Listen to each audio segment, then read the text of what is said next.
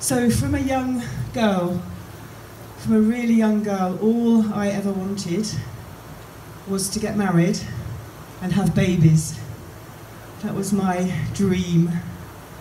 So when I got to the age of 20, can you hear okay?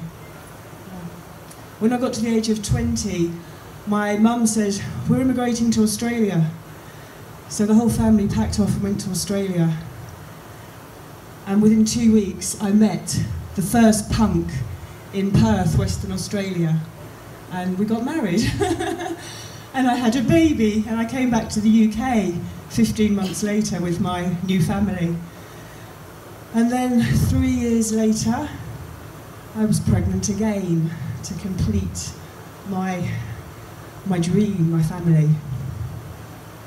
And whilst I was pregnant, my husband's addiction to gambling and fruit machines got worse and worse, and I ended up, throughout my whole pregnancy, searching the pubs, looking for him so he wouldn't leave us without money for the week again. It was a really hard time. And then just before I had my baby, my husband became very ill with back pain, and he was told that it was sciatica. So I had my baby, and 7 weeks later, my son, on New Year's Eve, 1986, was rushed into hospital with the worst case of pneumonia ever seen in a baby. He was put on a life support machine. He had tubes going through him, and we were asked to pray.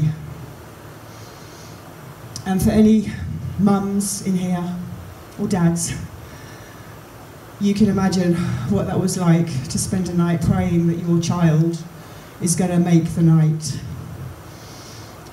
He did, thank God. And we came out of hospital 2 weeks later, and within 10 minutes of coming out of the hospital, I had a phone call from my GP saying, sorry, a bit of echo here, saying that Steve's blood test had shown serious blood abnormalities. And so on the Monday morning, he started an intense session of chemotherapy. Matthew was rushed back into hospital, and I ended up living in hospital for 5 months. My 3-year-old son was shunted around friends and family, and we missed out on quite a big part of our relationship.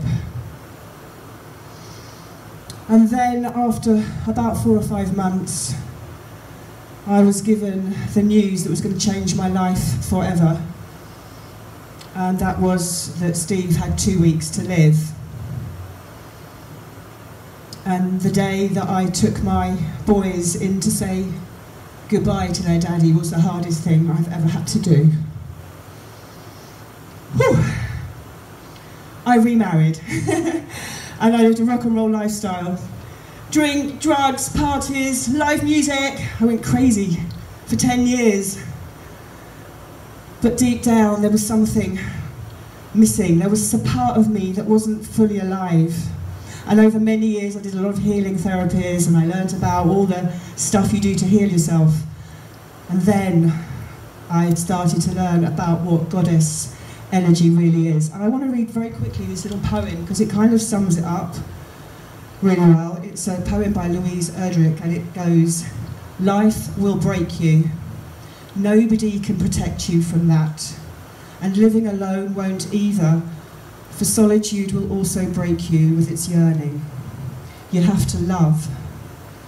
You have to feel. It's the reason you are here on earth. You are here to risk your heart. You are here to be swallowed up. And when it happens, that you are broken, or betrayed, or left, or hurt, or death brushes near, let yourself sit by an apple tree and listen to the apples falling all around you in their heaps, wasting their sweetness. And tell yourself you tasted as many as you could." And in the last couple of years, I started to inquire what the goddess was. I started to get involved in sister groups. I wish then I'd had the support of not being in this masculine world where we try and fix everyone. Me and my friends are always trying to fix each other. And then I discovered that actually, you know, through the feminine way, we can hold space to allow whatever needs to come out to be there and just be witnessed in that. To be able to just hold and stay with whatever's going on, because it's going to happen. At some point we're all going to go through a lot of mess. And to have a sisterhood where we can support and love each other has been the biggest transformation in my life. And now my boys are in their 30s, I'm happier than I've ever been in my life. I've got so much joy. I haven't even got a partner, and I've discovered I don't need to be married to find joy in my life.